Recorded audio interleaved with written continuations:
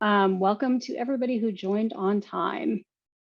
My name is Kelly Jo Horton. I probably know a lot of you that are attending this today, and I'm sure some of you I don't. I'm a senior client partner at Atumos. And so my main role is to help companies look at their marketing and their marketing technology from a high level strategic view and advise them on best practices and how to scale correctly, which is what we're talking about today. And Jamie, I'll let you introduce yourself. Yeah. Hi, everybody. I'm Jamie Breidenbach. I'm a senior marketing operations consultant with Atumos. And my day-to-day role is that of working with key stakeholders in mapping out and integrating all of their tech stack together. So yeah, excited to be here. All right. So this is a two-part webinar series. They are mini webinars because how many people have the patience to sit through an hour? Some people, but we have two parts. Today, we're going to focus on scaling your marketing ops team, and part 2 in 2 weeks is scaling your Martech stack. So we're going to go through some stages of company maturity, marketing maturity, and give you some just high level things to look at in each stage. And then just know that this is not a one size fits all ever. And so it's a little bit general, but it depends on your situation, what may apply to you, but some of these things apply to everybody. So let's start with an early stage. This could be a startup. It could be a small mom and pop business. So it's not really about the size of the company. It's more about the maturity of the company and the marketing and the sales. So when you have an early stage startup or you have just a new business, even if you're a sole proprietor, you have basic needs in the beginning. Those are, you need inbound and outbound marketing. So you need a website, you probably need some sales tracking, and you probably need some sort of email tool. At this point in startups, especially, these tools are what they buy is either someone has used the tool before because someone has to be able to set it up, or it can be based on budget. So those two things generally drive the decisions for tools at this stage. Everyone's wearing multiple hats. I've seen companies where the CFO is running Salesforce, and they have someone who's just doing email out of something like SendGrid or Constant Contact, something pretty simple. But in general, at this stage, everyone's wearing multiple hats and doing a little bit of everything. So some common mistakes that we see at this stage. Obviously, there are a lot of people at this stage who cannot hire a dedicated resource. They don't have the budget, or they're just running at a fast pace and they just haven't thought about it yet. A lot of companies in this stage bootstrap their implementation because someone at the company says, I know just enough to be dangerous. I mean, we've all been there, right? This meme that I made says it all, right? I've used Salesforce once and, I could be the admin, I've logged in once. So, and thinking that you can always fix the setup later. But what we know is if you set things up incorrectly, it just sets up this whole series of snowball problems from the very beginning. So what we recommend at the early stages to set yourself up for success is, if you can't hire an FTE, and most people can't at this point, at least hire an experienced MOPs contractor or an agency partner just to do the setup of your system so that they're set up correctly from the get-go. Someone who's familiar with the platforms that you have, knows how to set up the platforms using best practices, and can possibly provide some support until you can hire an FTE. So if you had, for instance, like MailChimp, and you want to set up, but you're going to move to a marketing automation platform later, you want someone who can do both. And so that's why you might want to hire a contractor who's a specialist in that realm. you get to this early maturity stage. So let's say you're out of that startup phase, and these are the triggers that you look out for that says you really need to hire somebody. I did this little diagram because this is so true about MOPs in general. That hockey stick of complexity, when you start adding all these extra tools, all of a sudden your MOPS resources have very little time to be proactive, and all they're doing is just troubleshooting and doing ad hoc requests all day. So that hockey stick, seeing that is one thing you can look for at any stage. If you move from a simple email tool to a marketing automation platform, you need to hire someone to manage that full time. If you're adding tools to your stack all over the place, you need somebody. You're growing your sales and marketing teams, but you're not growing your MOPS teams, that's a problem if you still only have one person. If you've got a roadmap of stuff that you're planning on implementing in like the next 6 months, you need to hire someone before you start doing that. So those are all sort of the triggers you should look for when you're at this stage, when you think you need help. All right, common mistakes we see. Everybody's an admin. I can't tell you how many companies I've gone into where I've logged into these platforms and there's one role and everybody's an admin. So just be careful at this stage. Don't give everyone admin rights. You need roles immediately from the get-go, and that's what having an expert set up your systems is going to give you. Don't give everyone an admin access. If the platforms weren't set up correctly, it's starting to show, because as you add tools, all of these things that you set up have a ripple effect. So if you set something up incorrectly, you'll find yourself down the line, like if you don't have experts in all these tools, you'll find yourself just troubleshooting all of these connections. So another common mistake is trying to go cheap, hiring a junior resource for budget reasons, or because somebody in leadership roles doesn't understand what MOPS is and they think it's just email still. They think it's easy. Why can't we just handle a junior resource to do this?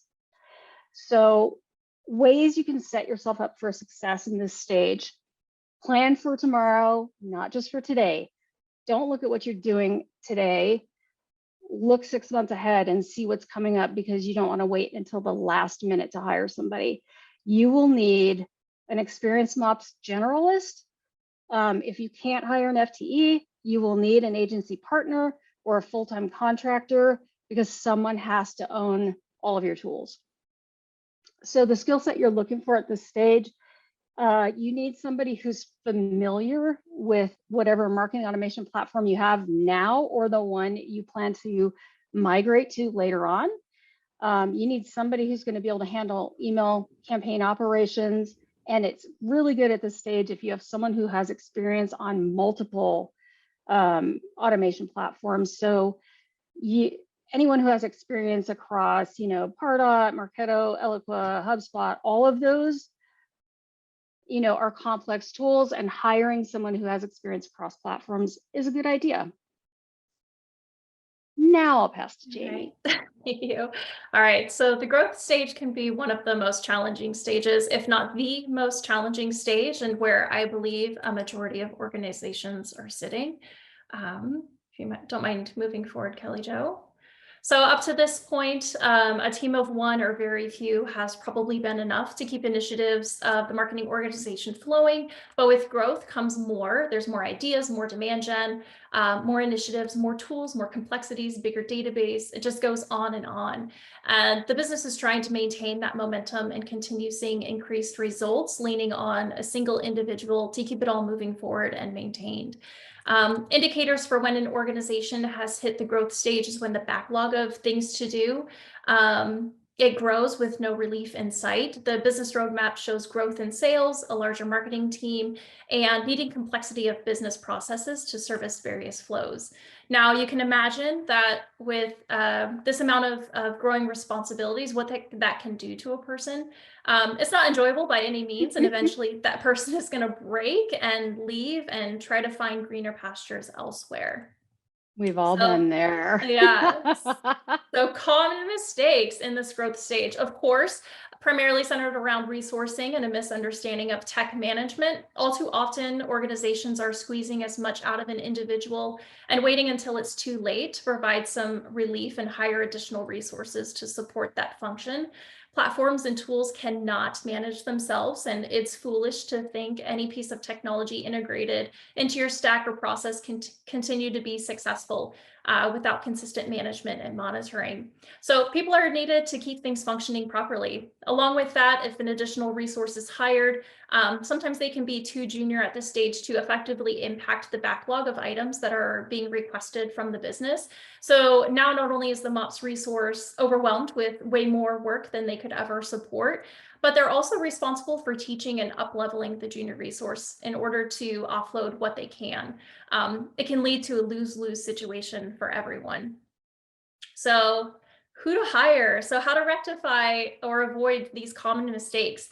Well, first and foremost, listen to your current MOPS employee or employees, hear what they have to say in terms of workload and what they need the most, review what the business functional roadmaps are, and apply a realistic overlay of time and expertise required to determine if it's even achievable given the array of people and skill sets needed to accomplish a goal.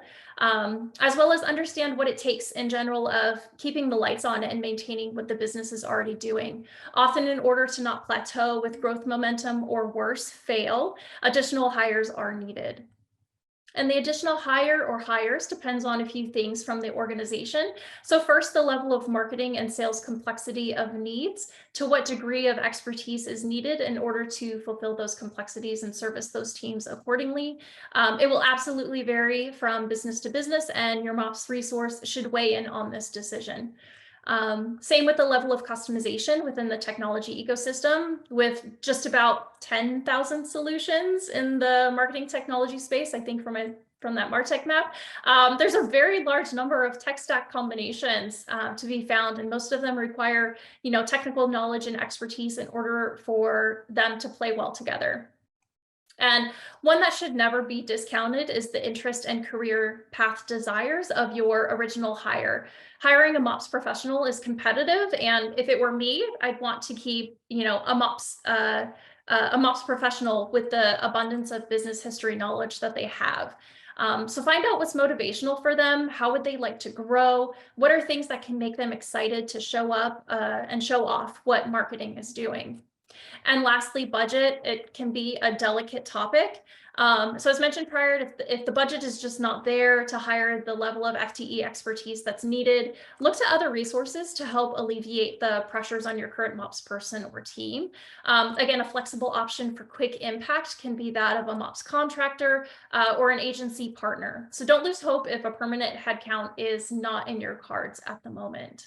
So with that, now that you've lasted through the whirlwind roller coaster of growth, that leads you into what we consider the stage of a mature organization. Kelly Jo?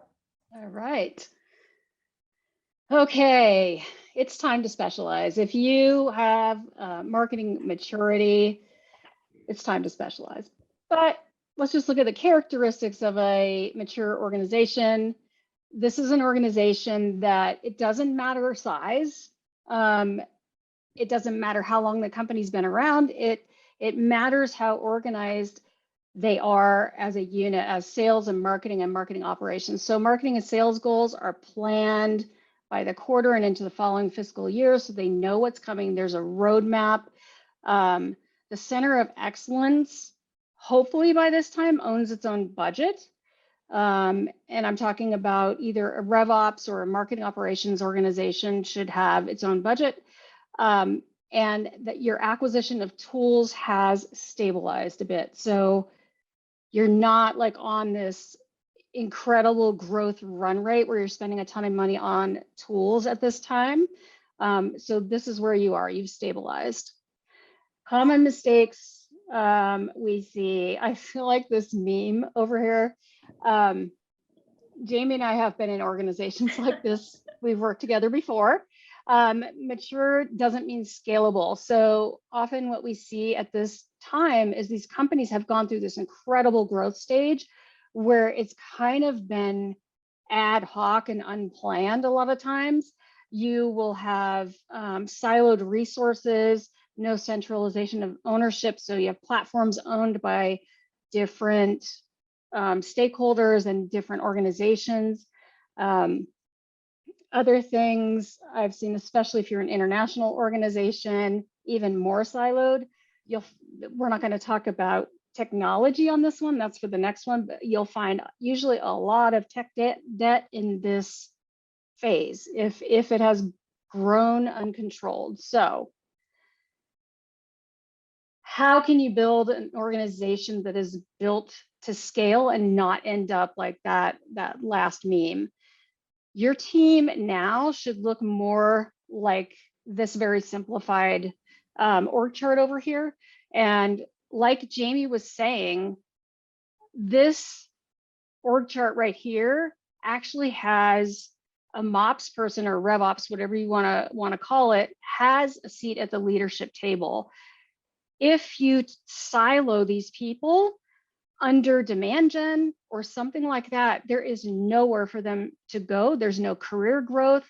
I am starting to see, thankfully, that there are more and more VPs of MOPS showing up, senior directors. So do not silo these employees under a director somewhere because they will quit. There's nowhere to grow. At this point, you would have an entire MOPS organization, RevOps, call it what you will. It is a center of excellence that you would create. This is like a services organization that serves these other stakeholders within your company. It's like a mini agency inside your company. So in there, you may have, and depending on your company, I've been in organizations where the data team is also in this group.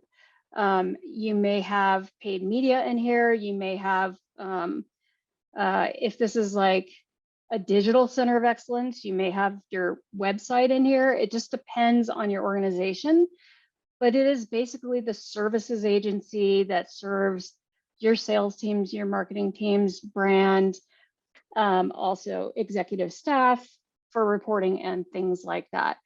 So that is something to think about as your company grows, your maturity grows. Make sure your organizational structure grows with it. So we have just sped through our mini webinar because we wanted to leave time for questions, but the key takeaways we want you to get from this, first of all, you're going to, once we email out the on-demand version, you're going to get a link to an infographic that basically goes over these things. Remember these things, when to grow your MOPS org. If you're growing your sales organization and your marketing organization, it's not a one-to-one thing, but you definitely need more support on the MOPS side if your tech stack is growing. And we can talk about that on another call, like how do you know how many tools, how many people you need to support those, or how many hours. If your sales and marketing tactics are getting more complex, like you want dynamic content, you want targeted, personalized web content, you want all these other things, that's when you need to hire people. And always hire people before they quit. Don't wait too long. Look, see the signs coming. So keys to retaining the talent you have, because it is very difficult to find people, as you all know, if you're trying to hire. Listen to whoever you have. If you have an FTE, listen to them. They're experts. They know what they're talking about. Or listen to your agency partner if they're telling you you should hire someone. You need to respect your MOPS people. They are not button pushers. It's not just email. As we know, Jamie said, there are like 10,000 different platforms, and these jobs tend to have no boundaries. People kind of expect us to be able to do everything. So build an org structure that doesn't limit their career path and give them a seat at the table. include them in decisions with leadership.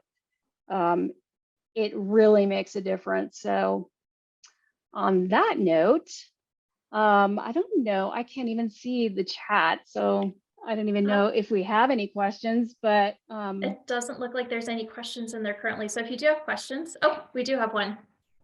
yeah, so we're just going to say that part 2 is in 2 weeks, but let's take questions. So what do we have? And if you're on the line, do we allow them to ask questions live if they want to? I don't know. But anyway, so the question is, as a guideline, is there a ratio between the number of marketing ops employees to sales ops employees? If not, should it be a ratio of number of demand marketing employees to marketing ops employees? There, you know, if I had that formula, I'd be rich, I think. If I had that formula.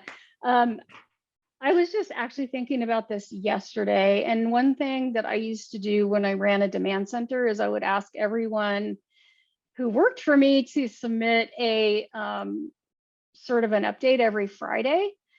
And one of the things in the update was, what percentage of your time are you spending in meetings?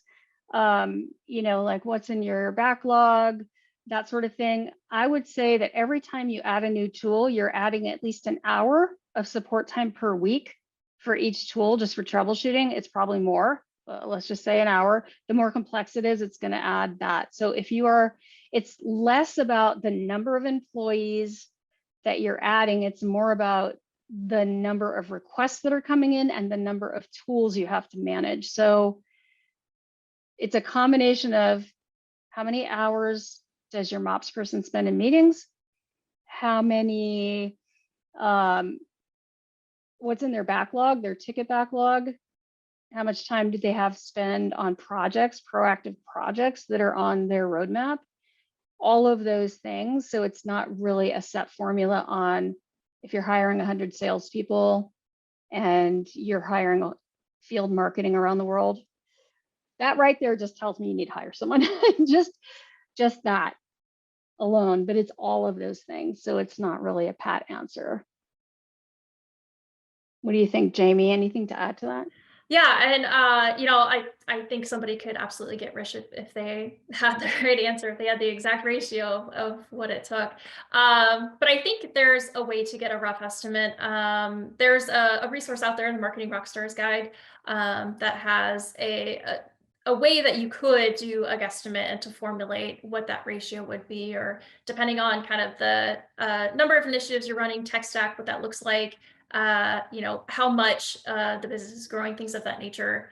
You know, you could figure out kind of what resources would be necessary, or kind of the rough number that you would be looking at to accurately support. But again, it kind of ties back into, what are those indicators? You know, what does the backlog look like? What are people spending time on? You know, are you able to service things in a timely fashion? Are things on a marketing ops roadmap deprioritized based on, you know, other you know, immediate actions that are needed from the rest of the organization? Those would definitely be early indicators in terms of you know, needing to add on those additional resources within the MOPS team.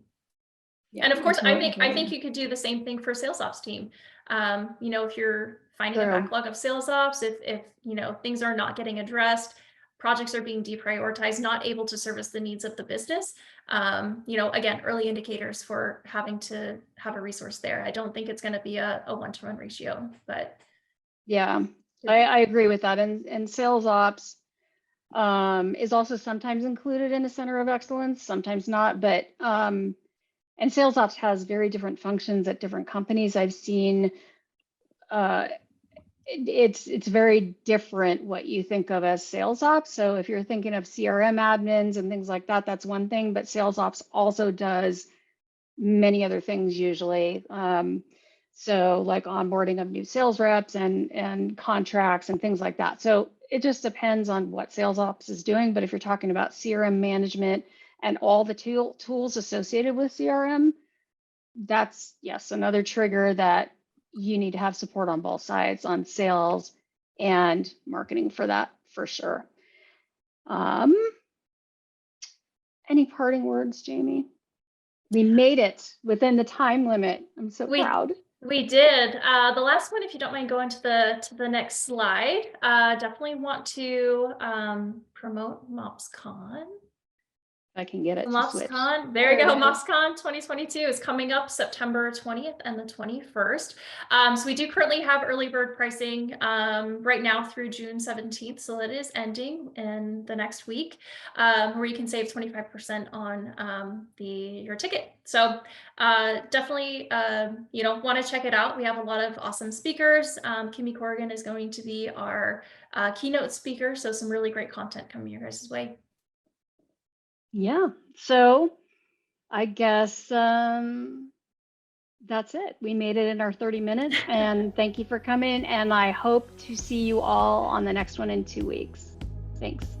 Thanks, everybody. Have a great day.